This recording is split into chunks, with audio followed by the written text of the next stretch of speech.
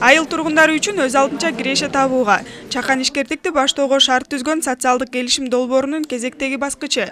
Айтматов районунда ийгиликтүү ишке ашып, жалпысынан 60 үй бүлө тандалып алынып, ар бирине 150 000 сомдон каржылык колдоо берилди. Каржылык колдоо алган үй бүлөлөрдүн арасында Шекер айылынан келген Нурбек кызы Минара мал багуу, анын ичинде асыл тукум жылкынын санын көбөйтүүнү көздөйт. Мен 4 балага пособие алчумун. Мен бул СОС долбоорду качкандын себеби мен өзүм ошо тай жылкы алабыз деп пландарыбызды түзгөнбүз. Эми ар бир эле ишти бирден бир эле пайдасын көрө эмес, буга өзүнүн иш аракетти жүргүзүп, бир аз бизнес планды түзгөндөн кийин дагы бир топ аракет кылыш керек. Ал эми Аманбаев айылынан келген Махабат Дүйшөнбиева социалдык келишим долбоору аркылуу алган каражатка чакан дүкөн ачып, кирешесин көбөйтүүнү максат кылууда. 3 балага жөлөк пул алчым. Азыр 150 000 СОС контрактын алып атам. Буну соода саттыкка. Соода саттык кылсам, бул аз камсыз болуп, азыр жөлөк пул алып атпайм, ошодон жакырчылыктан чыгуу максатында ишке ашырайын деп. Кийим жартысын кийим кылам, жартысын продукту. Социалдык келишим долбоору 2022-жылы башталып, долбоорго катышкан үй бүлөлөр 100 000 сомдон жардам алышкан. Бүгүн 60 үй бүлөгө 150 000 сомдук сертификаттар тапшырылды.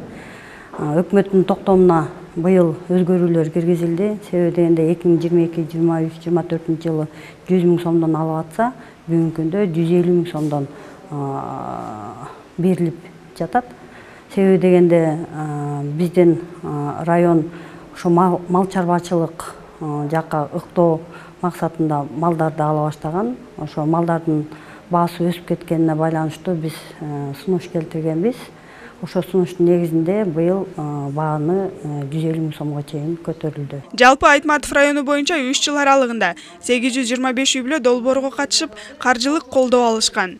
Айтматов районунда 3 жыл ичинде 825 үй бүлө социалдык контракт негизинде социалдык келишим түзүлгөн. Бунун быйылкы жылкыга 325 үй бүлөгө каралган. Азыр мына биринчи этап менен 60 үй бүлөгө сертификат тапшырылды.